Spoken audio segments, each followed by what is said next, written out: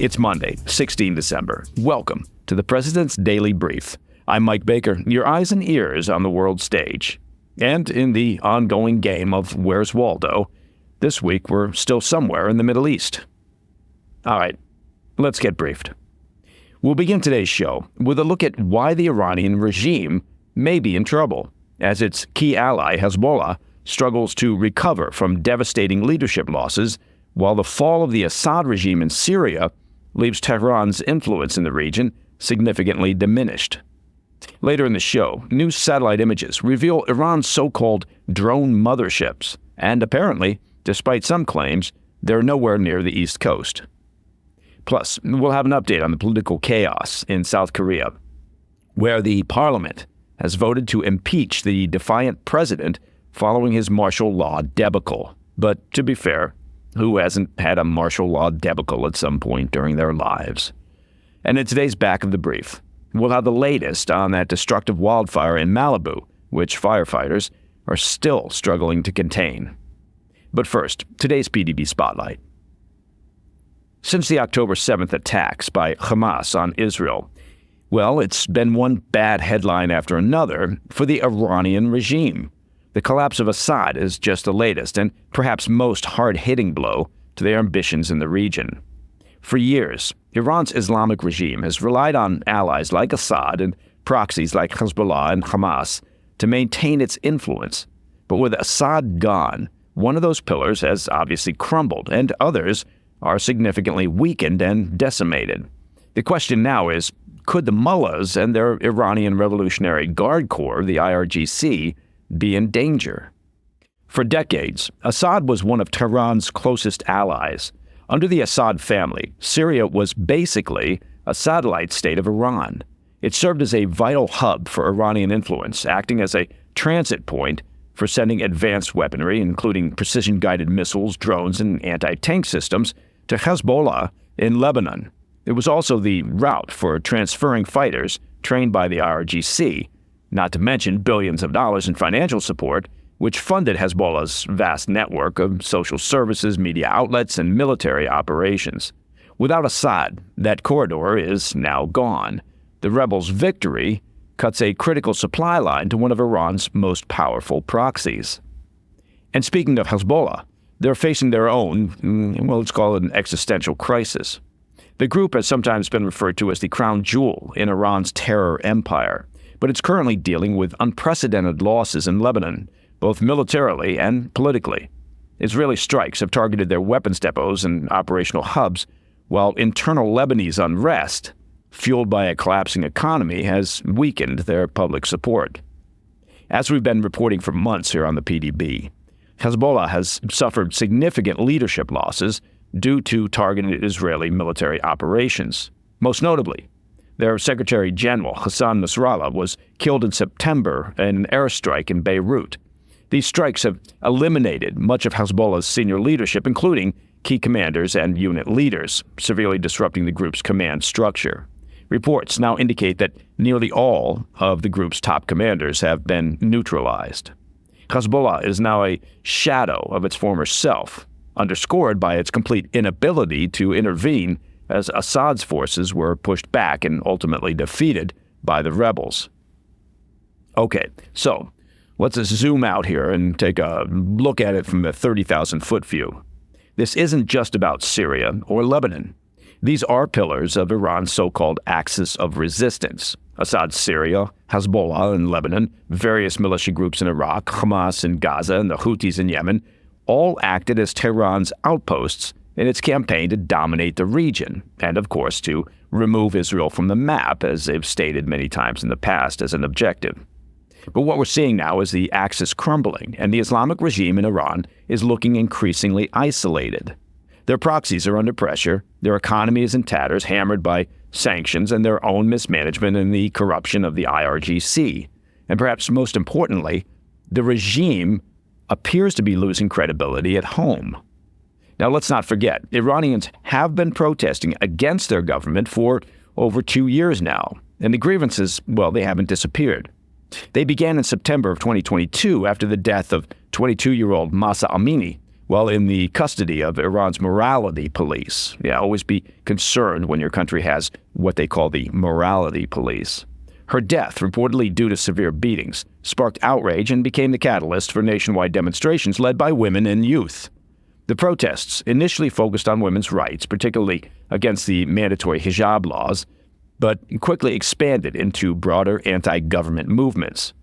Over time, these protests, they have evolved. Economic grievances over inflation, unemployment, and government corruption merged with calls for regime change.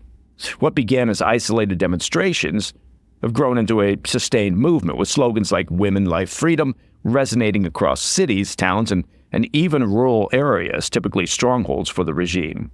Despite brutal crackdowns by security forces, resulting in hundreds of deaths and thousands of arrests, Iranians have continued to defy the regime through strikes, public demonstrations, and various acts of civil disobedience. The focus now isn't just about women's rights or economic hardship. It's about a growing sense of anger toward a regime that prioritizes foreign wars, proxies, and nuclear ambitions over the well-being of its people. The protests are revealing deep discontent with a government that pours resources into supporting groups like Hezbollah, Hamas, and the Houthis, while failing to address crumbling infrastructure, water shortages, and poverty at home. In the days since the fall of Damascus, the government has faced a fierce public backlash over the billions of dollars spent and the Iranian blood shed to prop up the Assad regime. The criticism has come from unexpected corners, including conservatives, and is flowing freely on television channels, talk shows, and in virtual town halls attended by thousands of Iranians. It also appears on the front pages of newspapers every day. One former lawmaker declared on social media that Iranians should rejoice at the fall of Assad, saying, quote, "No one will be able to waste Iran's dollars for maintaining a spider web anymore," end quote. Now, of course, Tehran's security forces are ruthless, and the regime has a history of clamping down hard on dissent. Over the decades, there have been moments when much of the population seemed ready to push back against the regime. But those moments have been short-lived in the face of brutal repression. However, since October 7th, it feels like the regime has been playing defense. Their proxies have been exposed as weaker than advertised.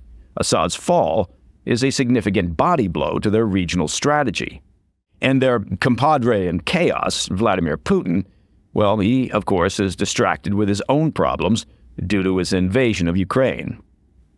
If the regime can't project power abroad and can't maintain stability at home, that would appear to be a recipe for internal upheaval.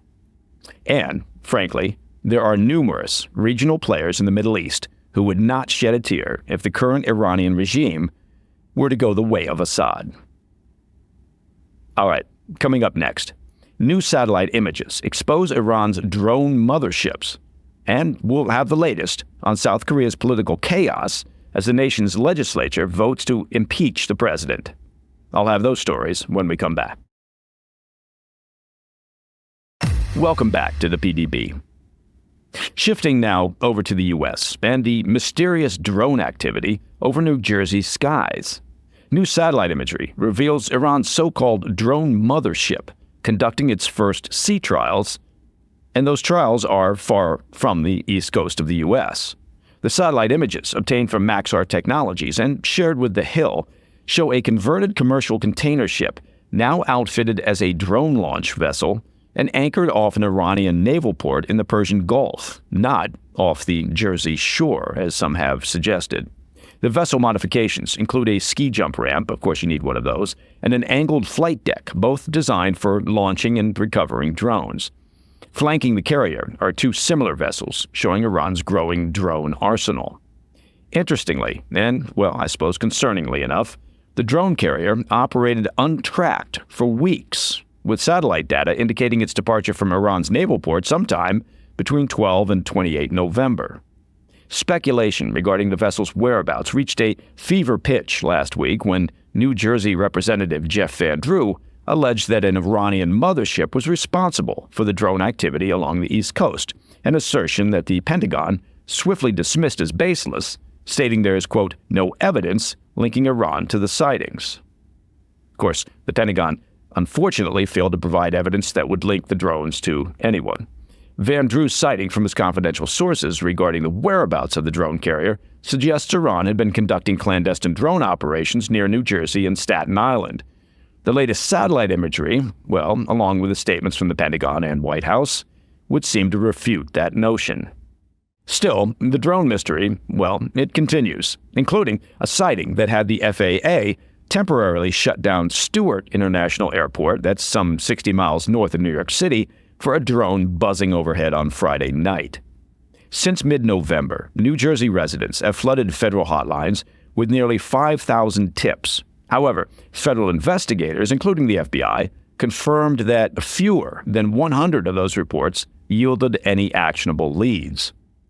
Against the backdrop, though, of escalating unease, Governor Kathy Hochul of New York called on Congress Saturday to pass the Counter-Unmanned Aircraft Systems Authority Security, Safety, and Reauthorization Act. Who comes up with the names for these acts? Legislation aimed at enhancing FAA oversight of drone activity and granting local law enforcement expanded authority to respond to potential threats. Hochul stated, quote, "This has gone too far," end quote. Well, that's quite the quote, pressing for additional federal resources to address the disruptions. New Jersey Governor Phil Murphy, former Maryland Governor Larry Hogan, and several members of Congress have also urged the federal government to investigate the sightings. Despite these efforts, the source of the drone activity apparently remains unknown, which in today's world, with today's technology, seems odd. The FAA and FBI have yet to establish a clear link between the sightings and any foreign or domestic actor. And of course, there's always the possibility that the drones are part of a U.S. government Black Files project, perhaps testing capabilities or new technology, although you have to ask why they'd be operating in plain sight.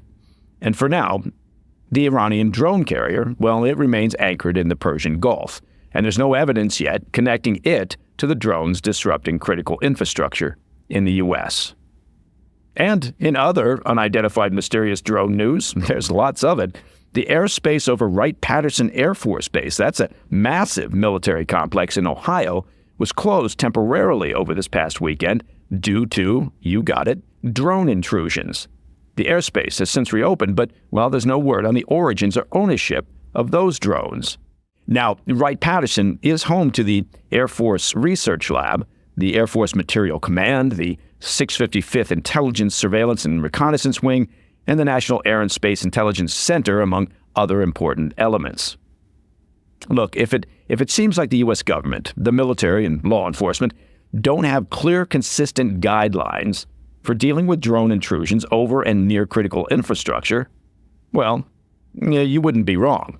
Perhaps, and here I'm just spitballing, perhaps it's time that they get that sorted out.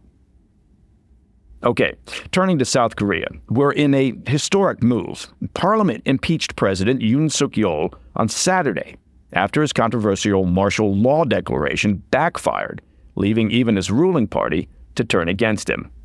As we've reported on the PDB, this seismic shift comes after Yoon declared martial law on 3 December, deploying troops to Parliament in an attempt to suppress opposition lawmakers.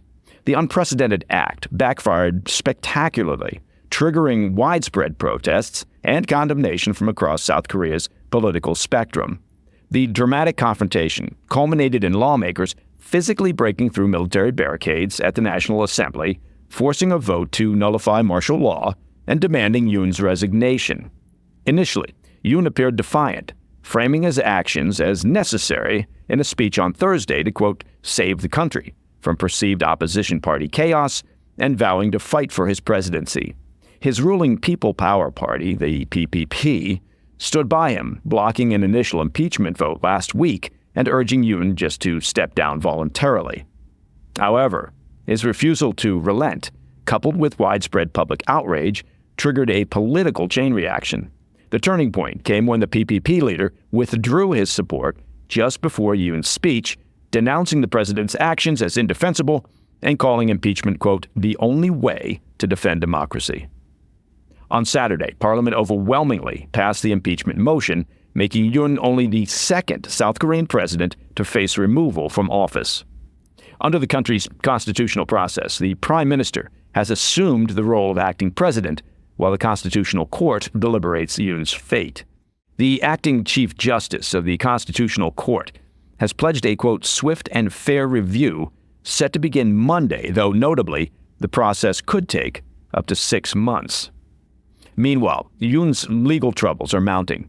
Prosecutors launched multiple investigations into allegations of treason, abuse of power, and insurrection, with Parliament approving a special counsel to probe his martial law declaration. According to Yonhap news agency, Yoon was summoned for questioning on Sunday, but failed to appear, further inflaming the political crisis.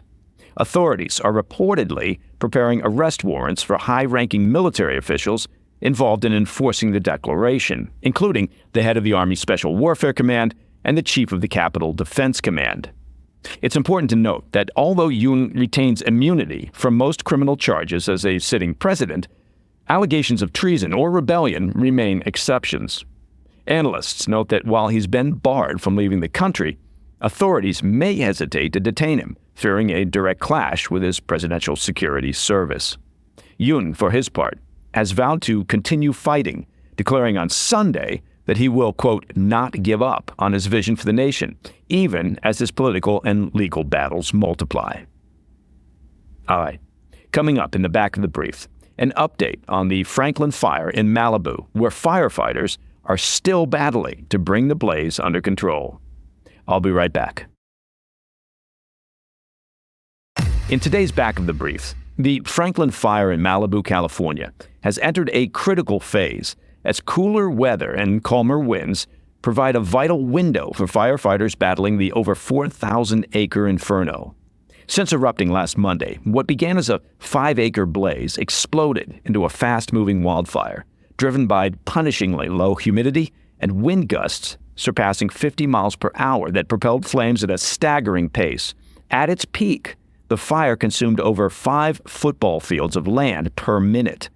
According to CAL FIRE, over 1,700 firefighters have been deployed to combat the Franklin fire, using a combination of ground crews and aerial suppression. Fire officials describe the Malibu seaside terrain as, quote, steep and very dangerous, and it is. But notably, containment reached over 40% on Sunday, and that is a significant advance from the early days of the fire. Over the weekend, evacuation orders were lifted for several neighborhoods, granting residents a tentative return to their homes. However, fire officials cautioned that containment efforts remain fragile, dependent on weather conditions that could shift at any moment. The cause of the fire remains under investigation, and officials have not ruled out human activity as a potential factor. As the week unfolds, fire crews remain locked in a race against the clock, hoping to capitalize on favorable weather before the region's infamous Santa Ana winds return. And that, my friends, is the President's Daily Brief for Monday, 16 December. If you have any questions for me that you'd like me to address on the air, please reach out to me at pdb@thefirsttv.com. The PDB Operations Center is busy preparing another episode of the critically acclaimed Ask Me Anything, in which we answer your questions and relay your comments to the global PDB community.